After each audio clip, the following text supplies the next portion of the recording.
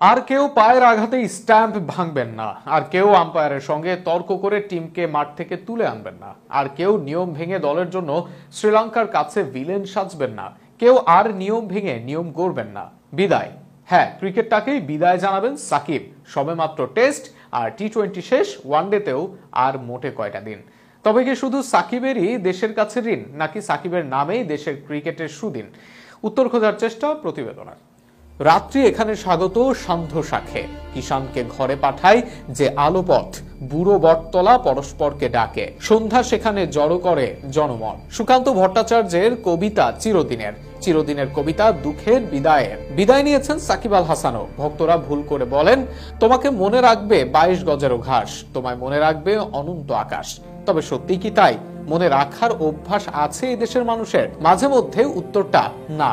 অবশ্য কিছুদিন যাবতই পারফরমেন্সে সাকিব সুলভ ঘ্রাণ নেই। সাকিবের ফুরিয়ে যাওয়ার করুণ সুর ভাসছে, তবুও সাকিব বিদায় বলছেন না। কারণ তার নাকি টাকার প্রতি অনেক লোভ। একটা টেস্ট ম্যাচ খেলে অনেক বেশি টাকা পান, যার কারণে সাকিব টেস্ট ক্রিকেটকে আঁকড়ে ধরে রাখছেন। কিন্তু কে বলবে এই সাকিব টাকার সাকিব নয়? দেশকে একটু বেশি দেওয়ার চেষ্টা থেকেই এত সমালোচনা শোনা, এত পরিশ্রম করে যাওয়া, থার্ড পার্টির হেল্প নিয়ে হলেও রান করা, ক্রিকেটের জন্য নিবেদন রাখা। ক্রিকেটই যার ধ্যান জ্ঞান। কিন্তু যখন বুঝলেন ক্রিকেট তাকে ছাড়তে হবে খুব শীঘ্রই, তখনই সাকিব বরাবরের মতো আনএক্সপেক্টেড ডেলিভারি দিলেন। একেবারে আর্ম বল যাকে বলে, টেস্ট অ্যান্ড টি-20 দুই ফরম্যাট থেকে বিদায় বললেন। প্রেস কনফারেন্সের টেবিলে বসে বাংলাদেশের কেউ যখন সাহস করে রিটায়ারমেন্টে কিংবা এটাই শেষ ম্যাচ বলতে পারেন না, তখনই সাকিবের আবির্ভাব। সবাই যা পারেন না, সাকিব তাই পারেন। জানান দেন বিদায়। দুই ফরম্যাট থেকে চিরতরে বিদায় বললেন মিস্টার 75। টি-20তে শেষ ম্যাচ সাকিব খেলে ফেলেছেন, টেস্ট ম্যাচেরও শেষ দেখে ফেলেছেন। বাকি আছে ওয়ানডে, সেটিও খুব সম্ভবত চ্যাম্পিয়ন্স ট্রফি পর্যন্ত যাবে, এরপর আর নয়। সবকিছু যেন সাকিব আগে থেকে পরিকল্পনা করে রেখেছিলেন, যাকে বলে হোমওয়ার্ক। সাকিব চাইলেই তো আর কয়েকটা দিন খেলতে পারতেন, আঙ্গুলের ইনজুরি সেরে উঠতে আর কয়দিন লাগতো।